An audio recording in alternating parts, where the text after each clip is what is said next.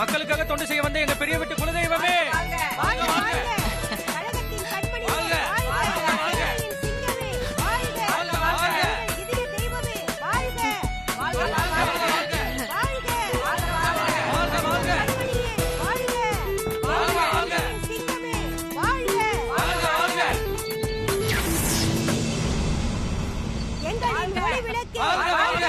கழகத்தின் கண்மணியே என்னங்க சத்தம்? நிப்பாட்டுங்க நிப்பாட்டுங்க. வாழ்க வாழ்க. என்ன வீட்டுக்கு முன்னாடி கத்திக்கிட்டு இருக்கீங்க? அண்ணி என்ன இதெல்லாம்? அது ஒண்ணுல தம்பி, நம்ம கண்மணி வாழ வைக்கும் வானவில் கட்சியோட மகளிர் அணி தலைவியா பதவி ஏத்திருக்காளாம். அதான் இந்த கூட்டம் கோஷம்லாம். கண்மணி, அதெல்லாம் ஒரு கட்சின்னு அதுல சேர்ந்தது இல்லாம இப்படி வீட்டுக்கு முன்னாடி வெட்டி கூட்டத்தை கூட்டிட்டு நிக்கிற நம்ம பெரிய வீட்டோட மரியாதையும் கௌரவத்தையும் கெடுத்துருவ போல. ஏய் கிளம்புங்க, முதல்ல கிளம்புங்க எல்லாரும். மறுபடியும் நான் இங்க உங்களை பார்த்தேன், என்ன பண்ணுவேன்னு எனக்கே தெரியாது. முதல்ல இங்க இருந்து கிளம்புங்க. மாமா ஏன் மாமா அவங்கள விரட்டுறீங்க? கண்மணி, இதுல வெளிய வச்சு பேசுற விஷயம் இல்ல, உள்ள வச்சு பேசிக்கலாம். ஏய் சொல்றேன்ல, கிளம்புங்க முதல்ல. கிளம்பு. போ போ கிளம்புங்க. உள்ள வா.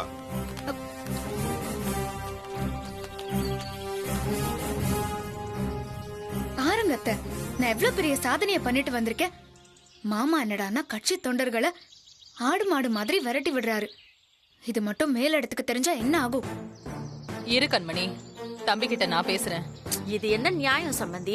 அவங்க மருமக சேர்மன் ராசாத்திக்கு கூட்டம் கூடி கோஷம் போட்டா ஈனு சிரிச்சுக்கிட்டே இருப்பாரு. ஆனா உங்க மருமகளுக்கு கோஷம் போட்டா அது தப்பா? இதையெல்லாம் நீங்க தான் தட்டி கேட்கணும் சம்பந்தி. இங்க பாருங்க சம்பந்தி, பாரி தம்பிய பத்தி எனக்கு நல்லாவே தெரியும். நீங்க கொஞ்சம் சும்மா இருங்க. பாரி தம்பி கிட்ட எப்படி பேசி சம்மதிக்க வைக்கணும்னு எனக்கு தெரியும். நான் பாத்துக்கிறேன். வாங்க உள்ள போலாம். வாங்க. வா வா.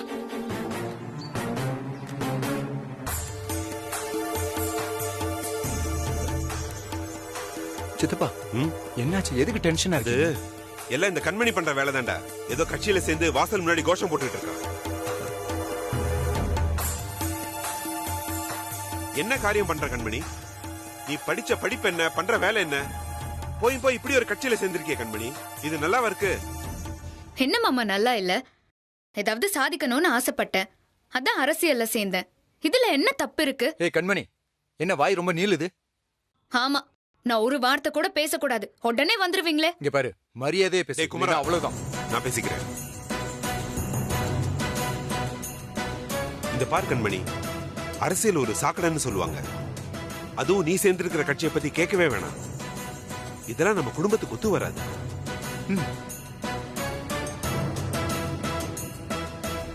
என்ன ஒத்து வராது? அப்படி என்ன இந்த குடும்பத்து பேரை நான் கெடுக்கிறேன்? ஏதோ நாம சும்மா இருக்கோமே, சரி மக்களுக்கு ஏதாவது நல்லது பண்ணலாமே நினைச்சு போய் கட்சியில சேர்ந்திருக்கேன். நீங்க ஏதோ கொலை குத்தம் பண்ண மாதிரி பேசுறீங்க.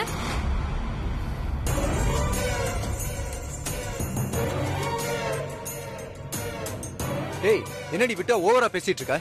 டேய் குமரா, நான் தான் பேசிக்கிறேன்னு சொல்றேன்ல, கொஞ்சம் அமைதியா. இல்ல சித்தப்பா, இவளெல்லாம். டேய், நான் தான் சொல்லிட்டே இருக்கேன்ல. இந்த பார் கண்மணி, நான் சொன்னேன்னா அதுல 1000 அர்த்தம் இருக்கும். நீ சின்ன பொண்ணு, நாட்டு நடப்பை பத்தி உனக்கு ஒண்ணும் தெரியாது. அதெல்லாம் எனக்கு நல்லாவே தெரியும். ஏய், உனக்கு மரியாதை அவ்வளவுதான், பாத்துக்க சொல்லிட்டேன். மா, இவள பாருங்கம்மா, சித்தப்பா கிட்ட பதில் பேசிட்டே போறா. நீங்களும் எது பேசினா அமைதியா இருந்தா என்னமா அர்த்தம்? மா, இதெல்லாம் நீங்க குடுக்கற இடம் தாமா. குமரா, நீ கண்மணிய தப்பா புரிஞ்சிட்டு இருக்க. அவ பாரி தம்பியை எதிர்த்து பேசல, அவளுக்கான நியாயத்தை தான் கேட்டுட்டு இருக்கா. மா, என்னமா பொல்லாத நியாயம்? குமரா, எல்லாம் பாக்குற பார்வையில தான் இருக்கு. உனக்கு கண்மணி பாரி தம்பி எதிர்த்து பேசுற மாதிரி தெரியுது, ஆனா எனக்கு அவளோட உரிமைக்காக போராடுற மாதிரி தெரியுது. சூப்பர்மா, சூப்பர். இப்படி நீங்க அவளுக்கு சப்போர்ட் பண்ணிட்டே போங்க, அவ தப்பு மேல தப்பு பண்ணிக்கிட்டே இருக்கட்டும். டேய், அதான் அண்ணியே சொல்லிட்டாங்கல்ல, நீ சும்மாரு. நீங்க சொல்றது சரிதான் நீ, ஆனா அவ சின்ன பொண்ணு. அவளுக்கு அரசியல் உள்ள நல்லது கெட்டது எதுவும் தெரியாது. அதனாலதான் நான் இவ்வளவு தூரம் சொல்லிட்டு இருக்கேன்.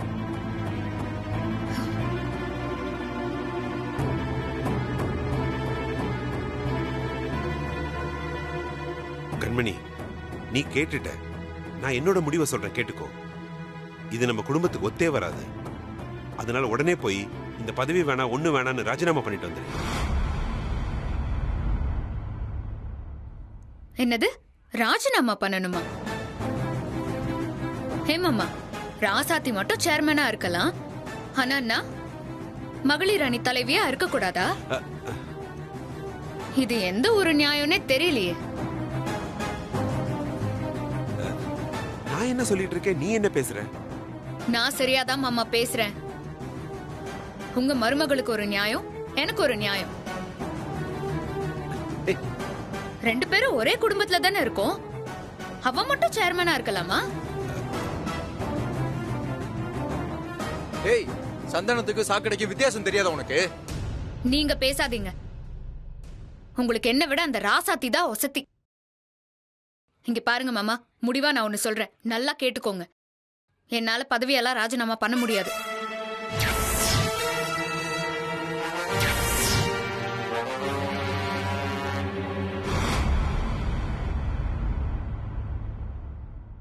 இல்ல அப்படி பண்ணாதான் இந்த வீட்ல இருக்க முடியும்னா அப்போ ராசாத்தியையும் அவ சேர்மன் பதவியை விட்டுட்டு வர சொல்லுங்க.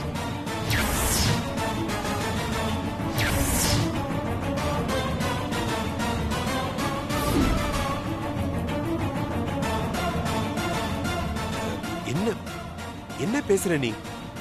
ராசாத்தி எந்த கட்சி சார்பு இல்லாம சுயமா நின்னு மக்கள் தேர்ந்தெடுத்து ஒரு கட்சி பதவிக்கு வந்திருக்கா. ஆனா நீ ஒரு லெட்டர் பேட் கட்சியில சேர்ந்துக்கிட்டு கூத்தடிச்சுக்கிட்டு இருக்க. இது அது ஒண்ணா?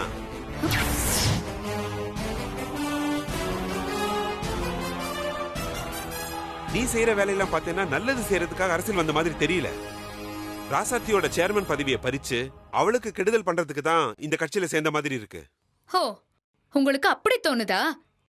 எனக்கு என்ன தோணுதுன்னா, உங்களுக்கு உங்க மருமக மட்டும் நல்ல வசதியா இருக்கணும், சொந்தமா வீடு கட்டி ஏக போகமா இருக்கணும், நானும் இவரும் ஒன்னும் இல்லாம அடிமையா இருக்கணும்னு நீங்க நினைக்கிற மாதிரியும் உங்க மனசுல இருக்கிற மாதிரியும் எனக்கு தோணுது.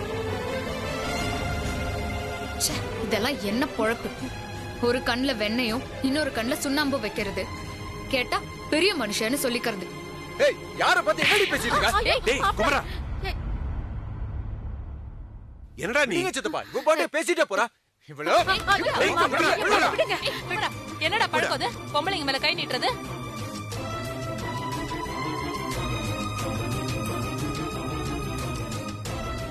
சூப்பர் மாமா, பரவாயில்ல, அருமையா நடிக்கிறீங்க.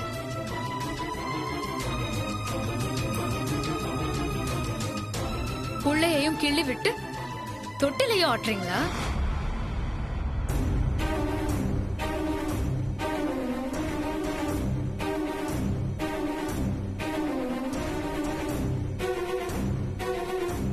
அத இதன்னு பேசி அவரை அடிக்கிற அளவுக்கு தூண்டி விட்டுட்டு இப்போ நல்லவர் மாதிரி சமாதானம் வேற. நல்லா இருக்கு மாமா உங்க நாடகம். கண்மணி, நீ தப்பா புரிஞ்சுக்கிட்டு பேசுற. சத்தியமா நான் அந்த அர்த்தத்துல பேசல.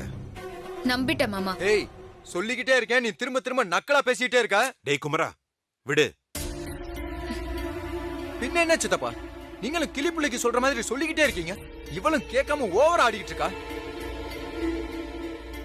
விடுறா, அதுக்காக கை நீட்டுவியா? கண்மணி, என்ன நீ என்ன சொன்னாலும் அதை பத்தி எனக்கு கவலை இல்லை. ராசாத்தி இருக்கிறது ஒரு கௌரவமான அரசாங்க உத்தியோகம். ஆனா நீ ஒரு மோசமான கட்சியில சேர்ந்திருக்க. அதுவும் இதுவும் ஒண்ணு இல்ல. அந்த கட்சி, கூட்டம், ஆளுங்க, இதனால நம்ம வீட்டுல இருக்கிற நிம்மதியே கெட்டு போயிடும்.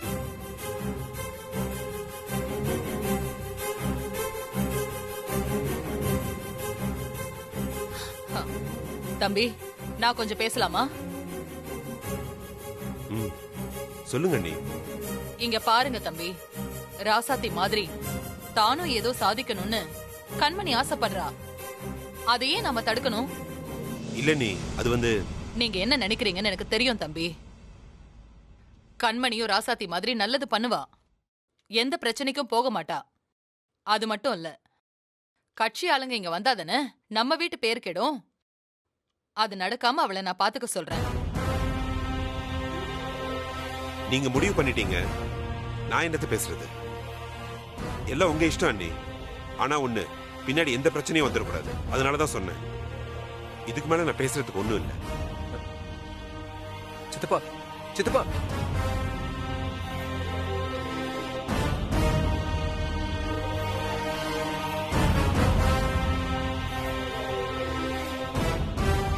டேய் என்னடா நினைச்சிட்டு இருக்க? சும்மா சும்மா அவளை அடிக்க போற? இன்னொரு முறை கண்மணி மேல நீ கைய வச்ச நடக்கிறதே வேற, ஜாக்கிரதை. ஓ மறுபடியும் உங்களை மயக்கிட்டாளா? இனி நான் எது சொன்னாலும் உங்க காதுல ஏறாது. உங்க இஷ்டப்படி என்னமோ செய்யுங்க.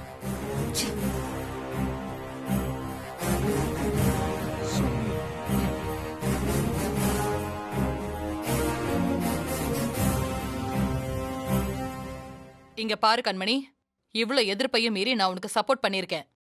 அது நல்லபடியா காப்பாத்த வேண்டியது உன்னோட பொறுப்பு.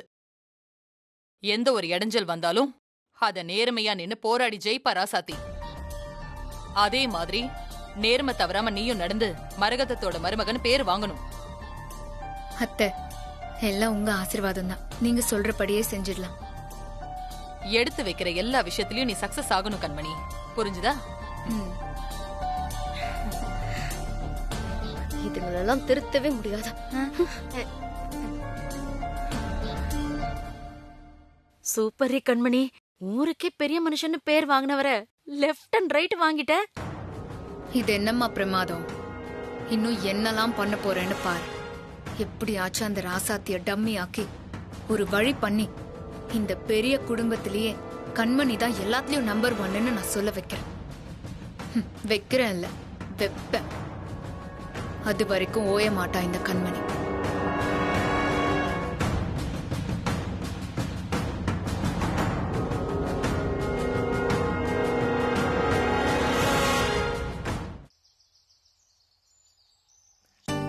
இவ்ளோ பிரச்சனைக்கும் காரணம் அந்த கண்மணி தான்.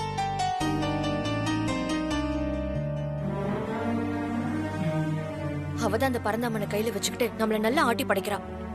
அன்னைக்கு பூமி பூஜையிலே ராசாத்தி எல்லாம் வீடு கட்ட போறாளன்னு அவ மூஞ்சி போன போக்க நான் பார்த்தேன். ஆனா ராசாத்தி, கண்மணி பரந்தாமனை வச்சு கேம் ஆடுறது மரகதம்மாக்கு தெரியுமா தெரியாதா? தெரிஞ்சா மட்டும் என்ன பண்ண போறாங்க? எல்லார் முன்னாடியும் அவங்க அருமை மருமகளை விட்டு கொடுப்பாங்களா என்ன? அதெல்லாம் மாட்டாங்க. அப்படியே கண்டும் காணாத மாதிரி இருந்துருவாங்க. அத்தை, இப்போ மரகத அத்தைக்கு தெரியுமா தெரியாதாங்கிறது பிரச்சனை இல்ல. கண்மணி மாதிரி ஆளுங்க இந்த பதவியில இருக்கிறது வீட்டுக்கு மட்டும் இல்ல, மக்களுக்கும் ஆபத்து. அத நினைச்சாதான் எனக்கு வருத்தமா இருக்கு.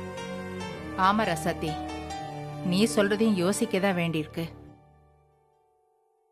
பெரிய வீட்டு மருமகளா இருக்கும் போதே அவ அந்த ஆட்டம் ஆடினா, இப்ப மகளிர் அணி தலைவினா இன்னும் கேட்கவே வேண்டாம். ஆமா அண்ணி, நீங்க சொல்ற மாதிரி ஒவ்வொரு நாளும் நம்மள எப்படி சாய்க்கலான்னு தான் யோசிச்சுட்டு இருப்பா.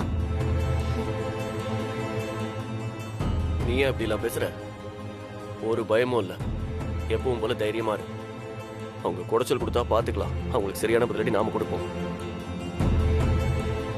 தம்பி, நேருக்கு நேரா ராசாத்தி கிட்ட மோதுனா அடிச்சு துவம்சம் பண்ணிடுவான். ஆனா அவ எப்போ எந்த வேலை பாக்குறான்னு யாருக்குமே தெரியாதே. அவ எதுக்கும் அஞ்சாம முதுகுல குத்துற ஆளு. அதான் ராசாத்தி யோசிக்கிறா. விடு ராசாத்தி, அதான் நாங்கெல்லாம் இருக்கோம்ல, அந்த கண்மணியா நாமளான்னு பாத்துருவோம். அதெல்லாம் பாத்துக்கலாம், எனக்கும் நம்பிக்கை இருக்கு. ஆனா இந்த பரந்தம்மனோட டபுள் டாக்குமெண்ட்டை சமாளிச்சு எப்படி நம்ம வீடு கட்டி முடிக்க போறோமோ அதை நினைச்சாதான் கவலையா இருக்கு.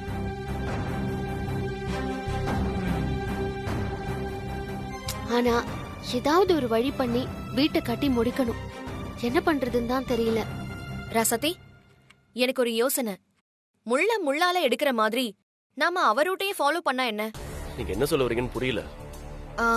ஆமா நீ எதுவா இருந்தாலும் தெளிவா சொல்லுங்க. அதாவது ராசாத்தி, அந்த பரந்தாம நம்மள என்ன பண்ணி வீடு கட்ட விடாம பண்ணா? என்ன நீ அது தெரியாமலா இருக்கும்? நம்ம டாக்குமெண்ட்டுக்கு டூப்ளிகேட் டாக்குமெண்ட் ரெடி பண்ணி நம்மள வீடு கட்டாம பண்ணிட்டான். அதையே நாமளும் பண்ணா என்ன?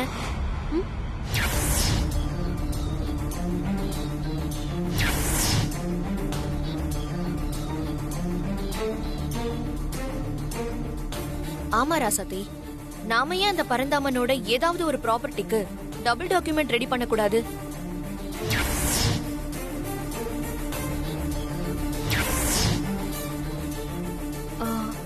என்ன பொண்ணி சொல்ற? ஆமா, அவன் பண்ண அதே வேலையை நாமளும் பண்ணி அவனை இந்த இட பிரச்சனையில இருந்து ஓட ஓட விரட்டினா என்ன?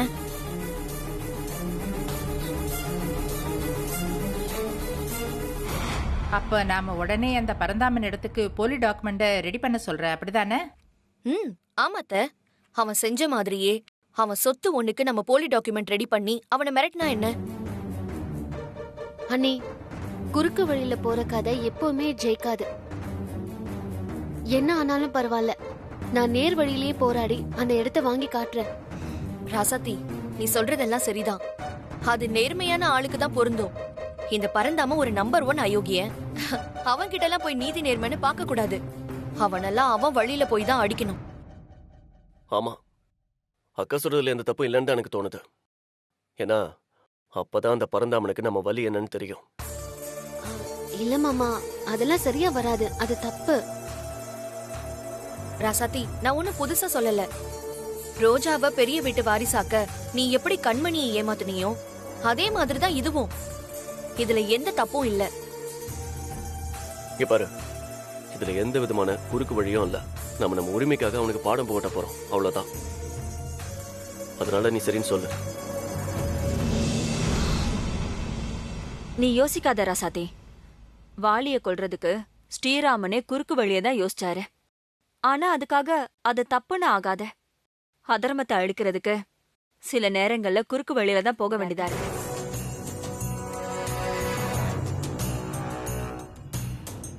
ராசாத்தி, உன் அத்தை சொல்றத கேள. ஆமா ரசாதி, நம்ம ஏமாத்த போறது ஒன்றும் பெரிய உத்தமனை கிடையாது. அது மட்டும் இல்ல, அதனால அவனுக்கு எந்த பாதிப்பும் வரப்போறது இல்ல. சொல்லணும்னா இது எல்லாமே அவன் நம்ம பிரச்சனையில தலையிடக்கூடாதுங்கிற ஒரே ஒரு காரணத்துக்காக தான்.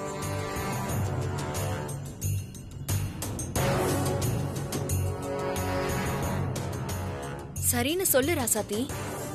எனக்கு மனசு இல்லாட்டாலும் நீங்க சொல்றது நியாயமா படுறதால இதுக்கு நான் ஒத்துக்கிறேன்.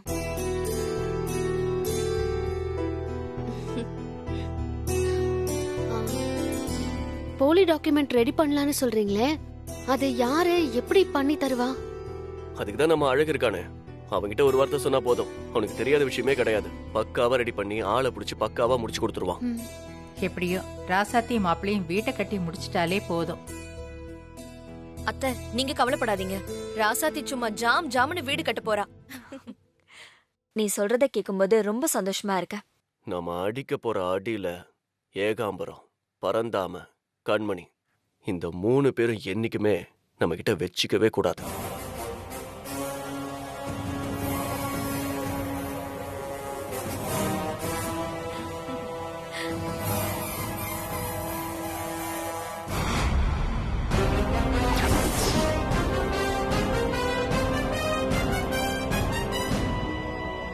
கண்மணி, மணி அடிச்சு சாப்பிட வாடி. பொண்ணு அடி வாங்கி பிரச்சனையில உட்காந்துருக்கேன், கொஞ்சம் கூட கவலை இல்ல. எப்ப பாரு சோறு சோறுன்னு அலையிறியே, கொஞ்சம் கூட வெக்கமா இல்ல? ஐயோ, என்ன கண்மணி இப்படி திட்டுற? பின்ன என்னம்மா, நான் தான் கோமா உட்காந்துருக்கேன்னு தெரியுதுல்ல, அப்புறம் என்ன? இல்ல, வயிறு பசிக்குது, அதான். ஏம்மா, நீ எல்லாம் திருந்தவே மாட்டியா? இல்ல கண்மணி, அது வந்து நான். பேசாதம்மா. ஏண்டி, நீ சாப்பிடாம இருந்தா மட்டும் எல்லாம் சரியாயிடுமா? சரி ஆகாதுதான். ஆனா இத நான் சும்மா விட போறதில்ல. என்ன அடி வாங்க வச்ச பாரி மாமா இதுக்கு பதில் சொல்லியே ஆகணும். ஏய், என்ன பண்ண போற கண்மணி?